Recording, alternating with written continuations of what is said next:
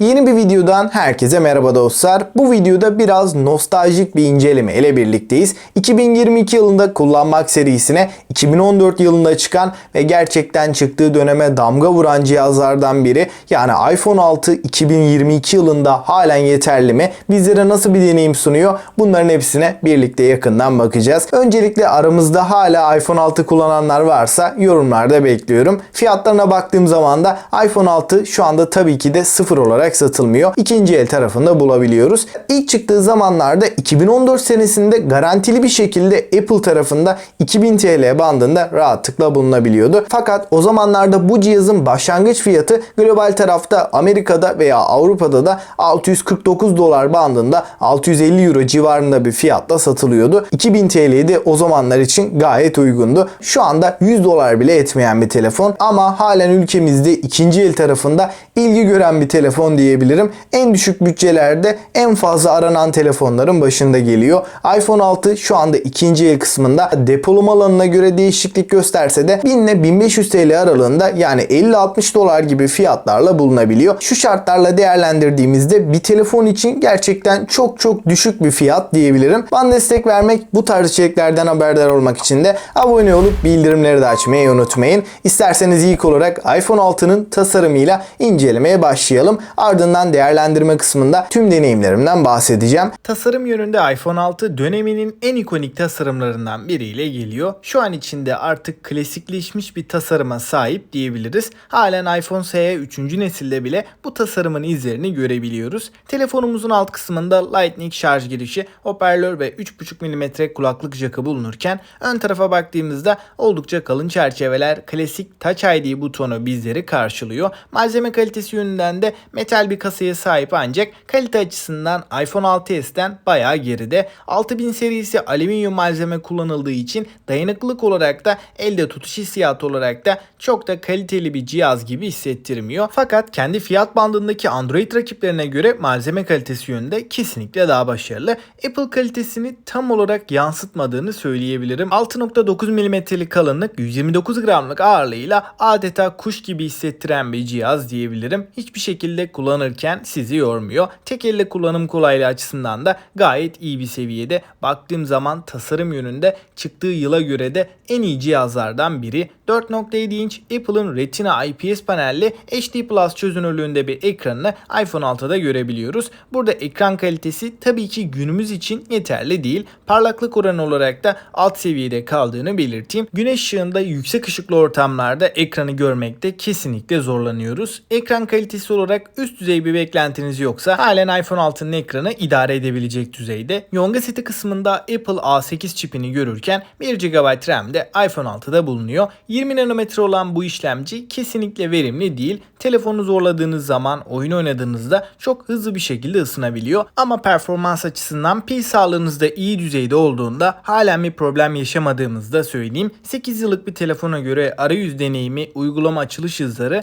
genel performans bence gayet yeterli. 16 GB'lık iPhone 6'yı kesinlikle almayın. Minimum 32 veya 64'e bakmanız gerekiyor. Aksi halde Instagram, YouTube, WhatsApp gibi uygulamalarda bile depolama sorunu yaşayabilirsiniz. Oyun performansı olarak da PUBG'de en düşük ayarlarda akıcı bir şekilde oynayabiliyoruz. Baktığım zaman 3-4 senelik giriş seviyesi Android telefonlar PUBG'de inanılmaz şekilde zorlanırken 2014'ün iPhone 6'sıyla düşük grafiklerde de olsa pek fazla kasma donma yapmadan 30 FPS civarlarında güzel bir oyun deneyimi alabiliyoruz. Genel kullanım içinde uygulamalardaki güncellemeler yavaş yavaş iPhone 6 için kesilse de kendi fiyat aralığında en iyi deneyime sahip olan cihazda diyebilirim. Kamera konusunda da iPhone 6'da arka tarafta tek bir kameramız var. 8 megapiksel f2.2 diyaframlı, EIS destekli ve Full HD 60 FPS videolar çekebilen bir kamerayı görüyoruz. Günümüz şartlarına göre de fotoğraf kalitesine baktığımda ışığı doğru bir şekilde aldığınızda renklerdeki canlılık olsun, fotoğraflardaki noise miktarı, kontrast oranı gerçekten başarılı. Halen sosyal medyada da kullanılabilecek iyi bir fotoğraf kalitesine sahip. Video konusunda da titreşimleri çok iyi bir şekilde engelleyemese de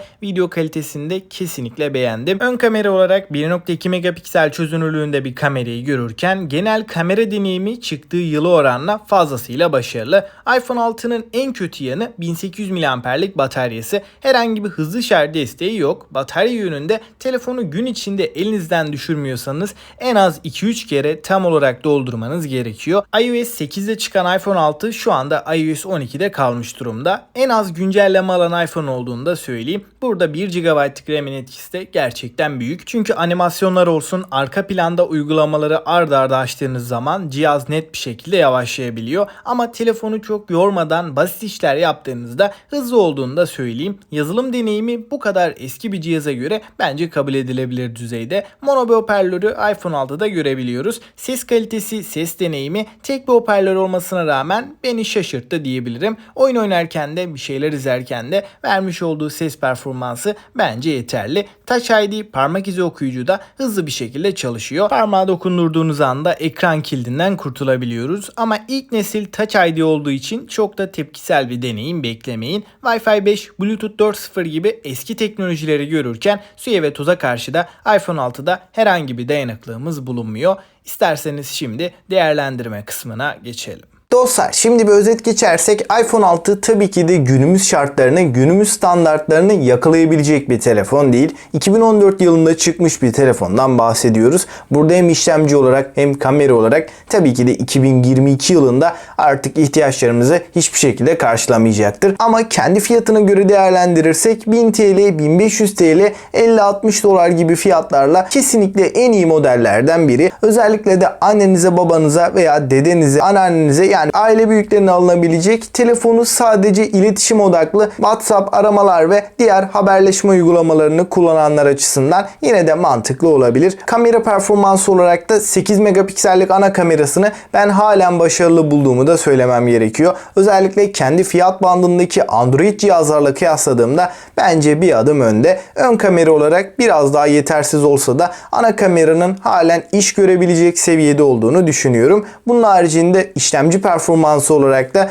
burada pil sağlığının en önemli etken olduğunu söyleyeyim. Eğer pil sağlığınız %80'lerin üstünde ise kesinlikle menüde uygulamaları kullanırken bir problem yaşamazsınız. Tabii ki de çok yüksek bir hız beklemeyin. Ancak baktığımız zaman günlük kullanımda bizi üzmeyecek, seri çalışmayan ancak yavaş da olmayan tam orta düzeyde bir performans sağlıyor. Eğer pil sağlığınız %80'lerin altına düşerse işlemci performansı da ciddi anlamda düşebiliyor. Burada pil sağlığı direkt olarak cihazın performansındaki en önemli faktör. iPhone 6 için orijinal batarya bulmakta neredeyse imkansız hale geldi. Zaten Apple tarafında değişim fiyatlarının çok yüksek olduğunu düşünürsem kesinlikle bu noktada güçlendirilmiş bataryaya sahip olan pillerle bataryayı değiştirmenizi öneririm. Her ne kadar kaliteli bir pille bataryayı değiştirseniz de iPhone 6'nın sunacağı maksimum batarya performansı ekran süresi olarak 3-4 saati geçmeyecektir. Yani batarya olarak diğer Android rakiplerinden gerisinde kaldığını da söylemem gerekiyor. Malzeme kalitesi, kasa kalitesi yönünden de iPhone 6'nın metal bir kasaya sahip olmasına rağmen diğer iPhone'lar arasında da en dayanıksız kasaya sahip. Malzeme kalitesi yönünden de başarısız olduğunu söyleyeyim. 6s ile beraber bu durum tamamıyla çözüldü. Ancak iPhone 6 çok rahat bükülebilen ve darbelerde dayanıksız bir telefon. Dostlar, şimdi son bir toparlayacak olursak 8 yıllık bir telefona göre ikinci eldeki uygun fiyatıyla zor durumda kalınırsa alınabilecek veya ikinci telefon olarak da alternatif olabilir. Bir iki sene boyunca da bir problem yaşamadan kullanabileceğinizi düşünüyorum. Hatta beklentiniz çok da yüksek değilse 3-4 sene boyunca da bataryayı bir kez daha değiştirerek rahatlıkla kullanabilirsiniz. Peki siz iPhone 6'nın 2022 yılındaki performansını nasıl buldunuz? Sizce alınır mı alınmaz mı? Görüşlerinizi yorumlarda bekliyorum. Bana destek vermek, gelecek videolarımızdan haberdar olmak için de abone olup bildirimleri de açmayı unutmayın. Bir sonraki videoda görüşünceye dek kendinize iyi bakın ve hoşça kalın.